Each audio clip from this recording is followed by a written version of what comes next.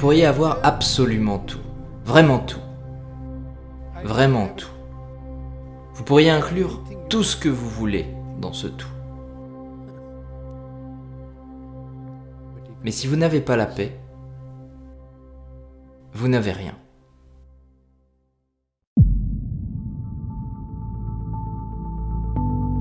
Pour être sainement heureux, il faut commencer par cesser d'être malheureux. La question du bonheur a toujours fait couler beaucoup d'encre, et aujourd'hui encore, nous semblons continuer d'être dans cette quête. Mais si le véritable problème était la quête elle-même? Amusez-vous un instant à essayer de comparer notre société moderne avec l'histoire récente de l'humanité. Aujourd'hui, nous avons accès à l'eau facilement dans toutes les grandes villes d'Occident. Nous pouvons prendre une douche chaude. Nous pouvons consommer et obtenir des aliments et des objets provenant du monde entier en seulement quelques heures. Nous pouvons voyager librement à la surface du globe. Au regard de l'histoire récente de l'humanité, ces avantages sont un luxe inimaginable à quelques siècles près. Et pourtant, nous continuons d'être malheureux. Parfois même, nous sommes impatients et capricieux. Nous avons si vite intégré les facilités de la modernité que l'idée même d'y renoncer est inacceptable.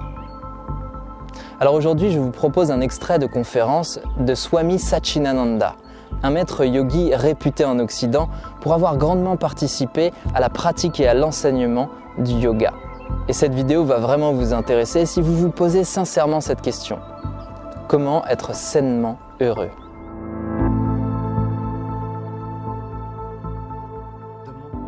Le plus précieux des trésors de la vie est la paix. Le plus précieux des trésors de la vie. Vous pourriez renoncer à tout et n'importe quoi. Vous pourriez ne rien vouloir de ce monde. Vous ne pourrez être heureux seulement si vous savez maintenir votre paix.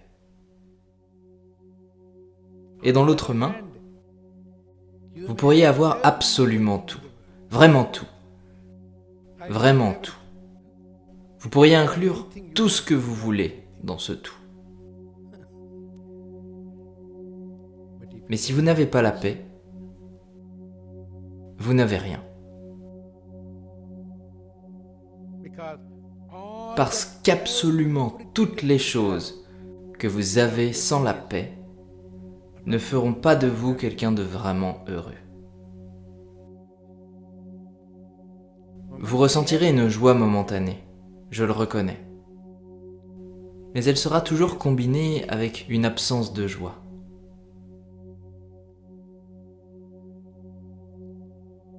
C'est un fait. L'histoire nous l'a prouvé et continue de le prouver. Et elle le prouvera toujours. L'une des aspirations de ce monde est de nous éduquer à cette vérité.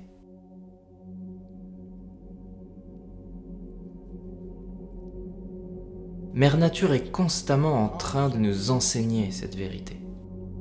Ne vous attachez pas à moi. Je ne peux pas toujours vous satisfaire. Même si je vous apporte de la satisfaction, il y aura aussi un peu d'insatisfaction. Si vous voulez vraiment un plein et éternel bonheur, éloignez-vous de moi. Allez vers le Père. Mère Nature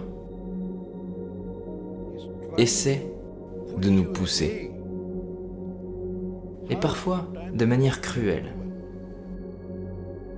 Toutes ces choses, les gens qui ont des millions de dollars, un statut important, qui ont tout ce qu'il faut,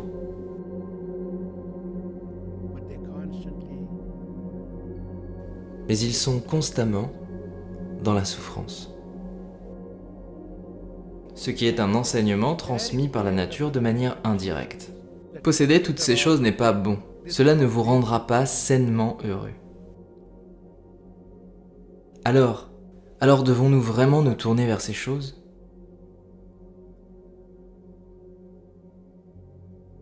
Si elles ne nous rendent pas heureux, devons-nous rester éloignés de tout ça?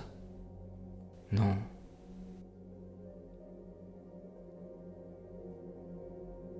Pour le dire simplement, ne courez pas après. Arrêtez de courir après. Faites demi-tour.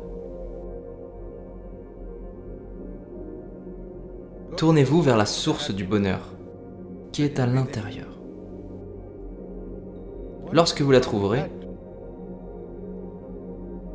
toutes les choses après lesquelles vous courez vont commencer à courir après vous.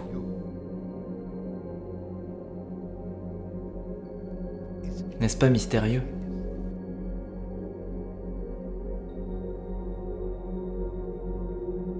Aussi longtemps que vous courez après, elle semble s'éloigner de vous. Il y a un exemple amusant pour le décrire. Vous êtes debout. Le soleil est dans votre dos. Et vous voyez votre ombre. Elle est très jolie. Et vous vous dites, oh, c'est très beau. Je vais essayer de l'attraper. Et vous courez pour attraper votre ombre. Que se passe-t-il ? Hein ? Plus vous courez, plus elle s'éloigne rapidement. Vous ne pourrez jamais attraper votre ombre. Alors vous courez encore et encore. Et certainement qu'il y aura un moment où vous serez malade et fatigué. Ne disons-nous pas cela dans notre vie parfois ? Oh, je suis malade et fatigué. Lorsque j'entends quelqu'un dire ça, je suis merveilleusement heureux.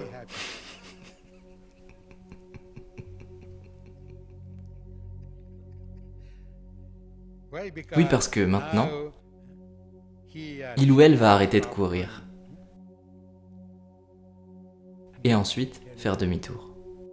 Si vous êtes suffisamment intelligent, intégrez que lorsque vous courez après les choses, cela vous apporte de la souffrance. Alors que devons-nous faire ? Arrêter de courir. Alors que faire d'autre ? Faire demi-tour. Là commence un long chemin vers la source. Si nous nous tournons et marchons, nous marchons vers le soleil, vers la lumière. Mais se crée une sensation comme si quelqu'un était en train de nous suivre, regardant doucement par-dessus nos épaules. Qu'est-ce que c'est ? Derrière nous, cette même chose après laquelle nous étions en train de courir. Vous comprenez ? C'est ça. Vous arrêtez de courir après, vous faites demi-tour. Vous tournez vers la lumière et l'ombre commence à vous suivre. Alors cherchons la lumière en premier. Ensuite, tout commencera à vous courir après. J'aimerais vous proposer un cas pratique. Imaginez que vous désirez profondément cet objet. Vous voyez cet objet et vous vous dites « Waouh, je veux posséder cet objet ». Lorsque vous observez cet objet, vous ressentez le manque. Vous vous dites « Oh là là, je serais tellement heureux lorsque j'aurai cet objet ». Mais tout le temps où vous n'avez pas l'objet, ce que vous ressentez en fait, c'est un sentiment misérable. Vous êtes en manque de la possession de cet objet. Vous convoitez fortement cet objet et cette convoitise est très inconfortable. Et vous vous dites, mais lorsque j'aurai cet objet, je serai tellement heureux, ça me fera tellement de bien, ce sera merveilleux. Et un jour, je vous offre cet objet. Je vous l'offre, sincèrement, il est pour vous. Ça me fait plaisir. Et alors vous vous dites, waouh, c'est extraordinaire, merci Damien. Maintenant que je suis tellement heureux. Regarde, qu'est-ce que c'est beau. Ça y est, ça m'appartient. Et vous pensez que la possession de cet objet vous rend heureux. Vous pensez que maintenant, ce qui fait de vous la femme ou l'homme le plus heureuse, ou la plus heureux, qui fait de vous quelqu'un d'heureux, c'est la possession de cet objet. Mais moi, je vous questionne là-dessus. Je vous dis, regardez-le attentivement. Est-ce que vous voyez dans cet objet quelque chose qui diffuse du bonheur? Là, si vous le regardez, est-ce que dans cette pierre de cristal, il y a un élément qui diffuse du bonheur? Il n'y a rien. Cet objet est juste cet objet, c'est une pierre de cristal. Il n'y a absolument aucun rapport avec le bonheur. Cette pierre n'a même pas pour fonction de vous apporter le bonheur. Et ce qui s'est passé réellement, c'est pas que la pierre vous a rendu heureux. C'est simplement que vous avez mis votre bonheur sous condition. Et pour être joyeux, il vous fallait cette pierre. Maintenant que vous l'avez, vous considérez que vous êtes joyeux. Mais en fait, le sentiment que vous observez, ça n'est pas de la joie. Le sentiment que vous observez, c'est la cessation du sentiment misérable de convoitise. Cette volonté d'obtenir est partie. Cette volonté qui vous faisait souffrir, qui vous donnait envie, elle est partie. Maintenant, c'est à vous. Et dans quelques temps, cet objet n'aura plus trop d'importance. Alors vous allez porter votre regard sur un autre, toute votre attention et votre intention sera dirigée ailleurs, et l'objet de votre convoitise sera différent. Finalement, ce qui est intéressant dans cette histoire, c'est que vous n'avez pas besoin de conditionner votre joie. Et pourtant, c'est ce qu'on fait systématiquement. À chaque fois qu'on voit quelque chose, qu'on a un objectif, qu'on a une ambition, tout notre esprit, depuis notre naissance, est conditionné pour faire en sorte que notre bonheur vienne du monde extérieur, de la possession, de l'obtention, de la réussite, de l'admirabilité, de l'influence sociale, du fait d'être accepté, respecté, envié, convoité. Nous avons mis notre joie sous une cloche qui la conditionne. Alors qu'il vous suffit simplement de lever la cloche pour voir que la joie est déjà en vous et que vous pouvez la ressentir, vous pouvez la vivre de manière complète sans qu'elle ne soit conditionnée par rien. Et c'est simplement un entraînement. Au même titre que nous sommes éduqués à tourner notre attention vers des paramètres extérieurs qui vont conditionner notre sentiment, nous pouvons tourner notre esprit de telle manière à faire cesser ces conditions. Et voilà donc un chemin pour commencer à cesser de souffrir. Et sur le chemin de la cessation de la souffrance, vous allez certainement rencontrer un bonheur beaucoup plus sain que celui que vous côtoyez habituellement.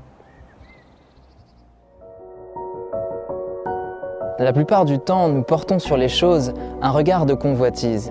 Nous avons entraîné nos esprits à se satisfaire uniquement de la possession, de la victoire, du succès ou du pouvoir. Ainsi, nous avons posé des conditions à notre bonheur. Et ce sont ces conditions qui sont les responsables de l'absence de joie dans nos vies.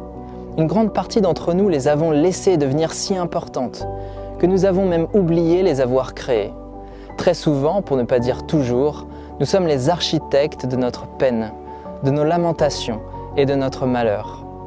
Nous pourrions ensemble faire le choix de poser notre attention différemment sur le monde et de cette manière, nous pourrions tous apprendre à vivre une joie et un bonheur qui ne dépendent de rien. Et autant que faire se peut, cesser d'empoigner notre vie avec les chaînes de l'insatisfaction.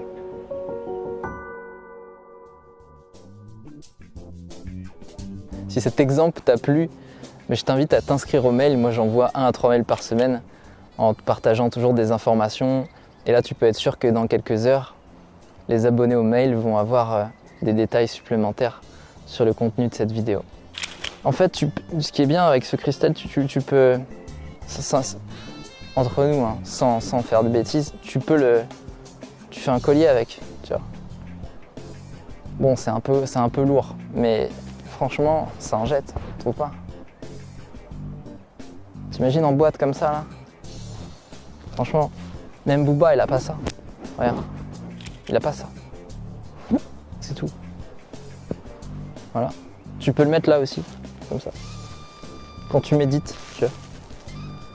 Ça crée directement un fractal vers l'univers cosmique Et du coup, tu as accès tout de suite au niveau de compréhension maximum. Ça, pour la purification, c'est hyper efficace. Ouais. Bon, celle-là, elle est 5000, entre nous, 5000. A special price, if you want, 3000. Ouais. Non, c'est des roupies, t'inquiète pas. C'est des roupies.